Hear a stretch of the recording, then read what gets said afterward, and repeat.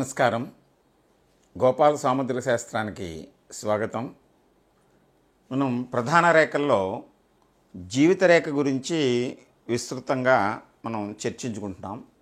దీంట్లో భాగంగా కొన్ని విషయాలు అంటే జీవిత రేఖ స్పష్టంగా ఉండి దృఢంగా ఉంటే అది ఎప్పుడూ మంచి ఆరోగ్యాన్ని ఆయుర్దాయాన్ని తెలియజేస్తూ ఉంటుంది. అయితే ఇక్కడ మనం కొన్ని సందర్భాల్లో కొంతమంది చేతుల్లో ఈ జీవిత రేఖ మధ్యలో ఇలాగ బలహీనపడి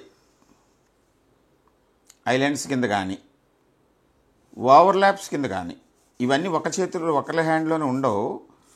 మనం మీకు సౌలభ్యం కోసం చెప్తున్నాను. నేను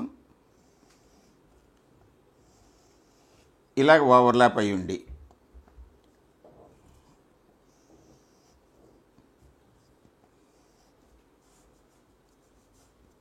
లేదా ఎక్కడైనా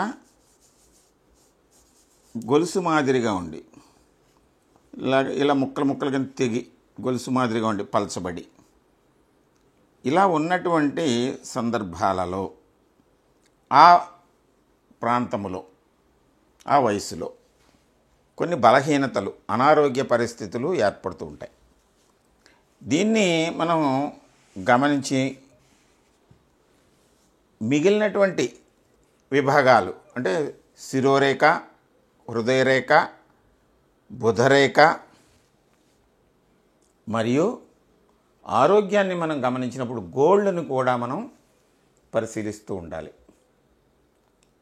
పూర్వకాలంలో మనం ఎప్పుడైనా మేము డాక్టర్ దగ్గరికి వెళ్ళినప్పుడు వాళ్ళు ఏం చేసేవారంటే మన శరీరం ఆరోగ్యాన్ని చూస్తూ నాడిని పరీక్షించి తర్వాత గోళ్ళని పరీక్షించేవారు. తర్వాత కన్ను రెప్పల్ని ఒకసారి ఇలా తీయమని ఆ రక్త శాతాన్ని గమనించేవారు. తర్వాత నాలికని చూపమని నాలిక ద్వారా కూడా కొంత ఆరోగ్యాన్ని తెలుసుకోవచ్చు. ఒక వ్యక్తి యొక్క అరచేతిలో జీవిత రేఖ ఎక్కడో చోట జీవిత రేఖ మీద ఐలాండ్ లంక గుర్తుందనుకోండి, లంక అని కూడా అంటాం దీన్ని, ఐలాండ్. ఆ వయసు ఎక్కడన్నా ఉండొచ్చు, ఎక్కడన్నా ఉంది ఉన్నప్పుడు అప్పుడు మనం ఆ వ్యక్తి జీవితంలో ఈ ప్రాంతంలో అనారోగ్యం వస్తుంది. ఏ అనారోగ్యం వస్తుంది అనేటువంటిది మనం చూసినప్పుడు అప్పుడు శిరోరేఖను మనం గమనించామనుకోండి. శిరోరేఖను గమనించినప్పుడు శిరోరేఖ మీద కానీ ఏవైనా ఎక్కడైనా ఈ క్రాసులు ఉంటే, ఇక్కడ జీవితరేఖ మీద లంక గుర్తుండి శిరోరేఖ మీద క్రాసులుంటే ఆ వ్యక్తులకి ఈ నాడీ సంబంధమైనటువంటి మెదడుకు సంబంధమైనటువంటి రుగ్మతలు ఉండటానికి అవకాశం ఉంటుంది.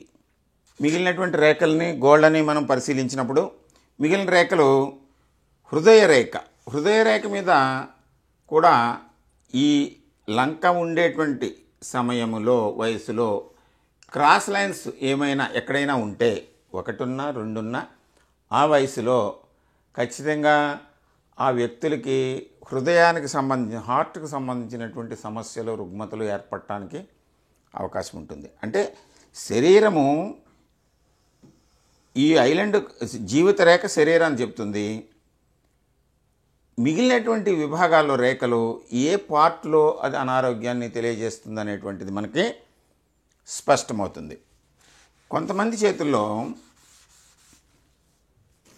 జీవిత రేఖ మీద ఐలాండ్ ఉండి మనం గోల్డ్ని పరిశీలించినప్పుడు, మీరు గోల్డ్ని ప్రతి వాళ్ళు చూసుకోండి కావాలంటే, ఒక గోరు మనకి ఇక్కడి నుంచి ఇక్కడికి ఎదగడానికి సుమారు 4 నుంచి 6 నెలలు పడుతుంది. అంటే శరీరంలో ఉండేటువంటి మలినాలని అది ఘనరూపంలో బయటికి నెట్టుతూ ఉంటుంది. మన తల వెంట్రుకలైనా గోల్డ్ని ప్రధానంగా మనం చూసినప్పుడు ఇవి శరీరాన్ని వదిలిపెట్టేసిన తర్వాత ఇది వ్యర్థమే. శరీరంలో అతుక్కున్నంతసేపు ఇది శరీరం యొక్క లక్షణాన్ని తెలియజేస్తుంది. మీరు ఇక్కడ చూసినప్పుడు చందమామ అంటారు. గోరు ఇలా ఉందనుకోండి, గోరు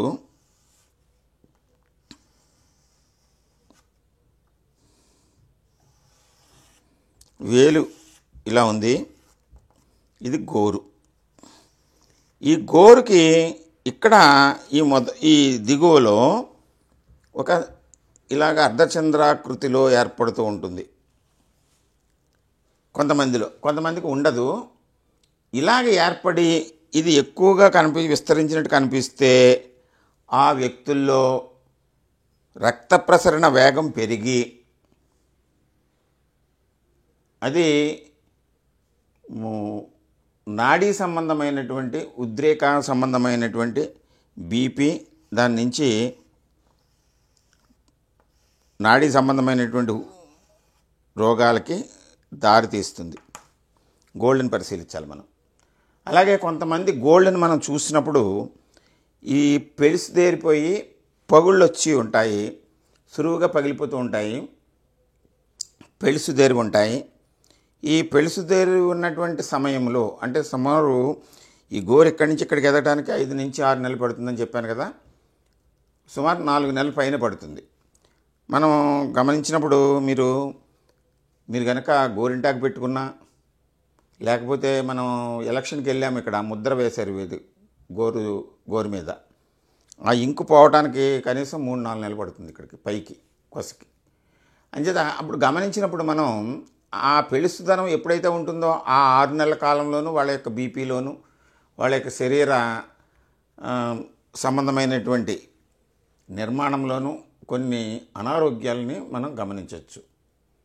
అదే పెలుసుగా ఉండి పగుళ్ళు తేరుతున్నాయి అనుకోండి, వాళ్ళ నాడీ సంబంధమైన అటువంటి వ్యక్తులకి జీవితరేఖ మీద ఈ ఐలాండ్ కూడా ఉంటే ఆ వయసులో వాళ్ళకి బీపీ పెరగటం, పెరాలసిస్ రావటం, నాడీ సంబంధమైనటువంటి అనారోగ్యాలు రావటానికి అవకాశం ఉంటుంది.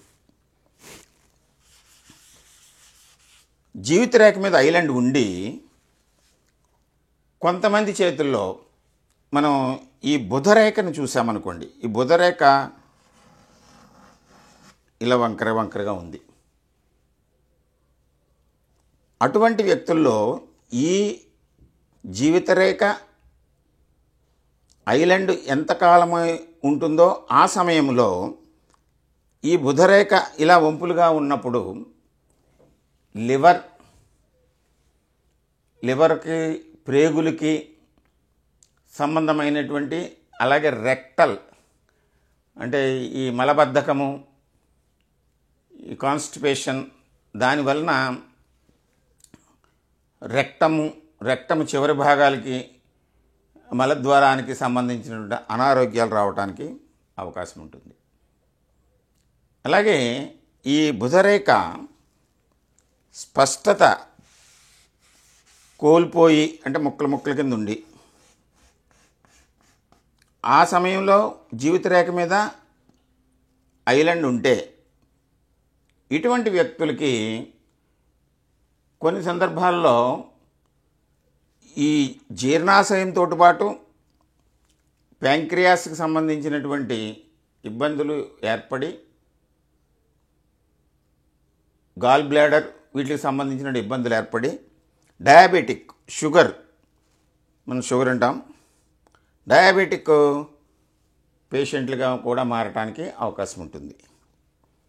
కొంతమంది చేతుల్లో ఈ బుధరేఖ 2 రేఖల కింద ఉండి ఇది అడ్డు రేఖలతో ఖండించబడి ఉన్నప్పుడు ఆ వ్యక్తి చేతిలో జీవితరేఖ మీద కూడా ఐలాండ్ ఉంటే ఇటువంటి వ్యక్తులకి హెర్నియా, ఇది వాపు ఉంటుంది లోపల, కండరాల వాపు, అవి గాలి పెరిగి హెర్నియా పెయిన్ వస్తూ ఉంటుంది. దాని సర్జరీతోటి దాన్ని తొలగిస్తూ ఉంటారు. హెర్నియా, ప్రోస్టేట్, దీనికి సంబంధమైనటువంటి వ్యాధులు రావడానికి అవకాశం ఉంటుంది. అయితే దీని యొక్క ఈ ఐలాండ్ యొక్క పరిధి, దాని యొక్క విస్తృతిని బట్టి జీవితరేఖను మనం అంచనా వేయచ్చు. కొంతమందిలో కనిపించినట్టు ఐలాండ్ ఇలా ఉంటుంది అంటే ప్యారలల్గా. అటువంటి వ్యక్తుల్లో దాని తీవ్రత తక్కువగా ఉంటుంది. ఇవన్నీ తెలుసుకుని మనం కొంతవరకు దాన్ని మనం సరిచేసుకోవడానికి శారీరకమైనటువంటి జాగ్రత్తలు, మెలకువలు, ఆహార వ్యవహారాల్లో నియమాలను పాటిస్తూ వాటిని మనం అధిగమించడానికి అవకాశం ఏర్పడుతుంది. అందువల్ల ఇది ఏ వయసులో ఉంది దాన్ని మనం గమనించాలి. సాధారణంగా ఈ జీవితరేఖ చివరికి వచ్చేసరికి అది అనేక శాఖల కింద కూడా విస్తరింపబడవచ్చు, కొన్ని గుర్తుల కింద ఏర్పడవచ్చు, లేకపోతే బలహీనపడవచ్చు. సాధారణంగా మనం ఇప్పుడు దీన్ని 100 సంవత్సరాలు అనుకున్నప్పుడు దీన్ని 4 భాగాలు చేసుకున్నప్పుడు మొదటి 25 సంవత్సరాలు ఒక భాగం, ఇది బాల్యం అనుకుంటే, తరువాత 25 నుంచి 50, 50 నుంచి 75 ఇది ప్రధానమైనటువంటి భాగం. ఇప్పుడు ఈ 75 తరువాత ఇంకా కొనసాగింపబడితే అక్కడ సహజంగానే ఇది జీవితరేఖ బలహీనపడుతుంది, శాఖల కింద మారుతుంది, పలుచబడుతుంది. చాలామందిలో ఎక్కడో రేరుగా కొంతమందిలో మాత్రం స్థిరంగా చివరి వరకు ఒకే రేఖ కింద వెళ్ళేటువంటి అవకాశం ఉంటుంది. ఇక్కడ రేఖ పల్చబడి బలహీనపడినా మనం దాన్ని విపరీతమైనటువంటి దాని కింద తీసుకోకూడదు. ఒక తెగితేనే ముక్కల కింద అయినప్పుడు మాత్రమే దాన్ని మనం గమనించి ఎక్కడ ఆగింది, ఎక్కడ మళ్ళీ ఓవర్లాప్ అవుతుంది వాటిని చూడాలి. సహజంగా ప్రతి వ్యక్తికి అరచేతి చివరికి వచ్చేసరికి బలహీనపడి శాఖల కింద మారుతుంది. చేత మనం జీవితరేఖని గమనించేటప్పుడు ఆరోగ్యము, కుటుంబ నేపథ్యము, ప్రధానంగా ఆయుర్దాయము, ఆ ఆయుర్దాయం ఎంతవరకు కొనసాగుతోంది ఆటంకాలు లేకుండా, అపమృత్యు దోషాలు అంటే మధ్యలో ఎక్కడైనా బ్రేక్ అయితే అక్కడ సర్జరీ, ఓవర్లాప్ అయితే ఏదో రకం ట్రీట్మెంటు, ఐలెండ్స్ అయితే అవాంతరము, బలహీనపడితే శారీరకమైనటువంటి రుగ్మతలు, మధ్యలో క్రాస్ లైన్స్ ఉంటే వాటి యొక్క ప్రభావం వలన ఇతర అవయవాల్లో ఏదో రకమైనటువంటి ఇబ్బందులు, వీటిని మనం గమనించి దానికి తగిన విధంగా మనం ఆరోగ్యాన్ని సరి చేసుకోవడానికి ప్రయత్నం చేయొచ్చు. సాముద్రిక శాస్త్రం ఇలా చెప్తే అలా అయిపోతుంది అనేటువంటిది కాదు. మీరు ఈ విషయాన్ని ఒకటి గమనించాలి. ఎంచేతనంటే కాలక్రమేణా ఆయుర్దాయ విషయంలో మనం చూస్తే ఒకప్పుడు భారతదేశంలో సగటు ఆయు ప్రమాణము మన స్వాతంత్రం వచ్చే నాటికి 33 సంవత్సరాలు. అంటే ఆ రోజుల్లో బాల్యంలో అలాగే సంతానాన్ని పొందేటువంటి సమయంలో స్త్రీలలో ఈ మృత్యువాత పట్టడం, దానికి అనుగుణంగా ఆయుర్దాయము యావరేజ్ లైఫ్ స్పాన్ తగ్గటం, కొన్ని వ్యాధులు, సామాజికపరమైనటువంటి హైజీనిక్ కండిషన్స్ లేకపోవటం, ఇవన్నీ. ఇప్పుడు కాలక్రమేణా ఆయుర్దాయాన్ని మనం ఆరోగ్యాన్ని, ఆరోగ్య సూత్రాలు పాటిస్తున్నాం, జీవన శైలిని మార్చుకుంటున్నాం, పౌష్టికాహారం తీసుకుంటున్నాం.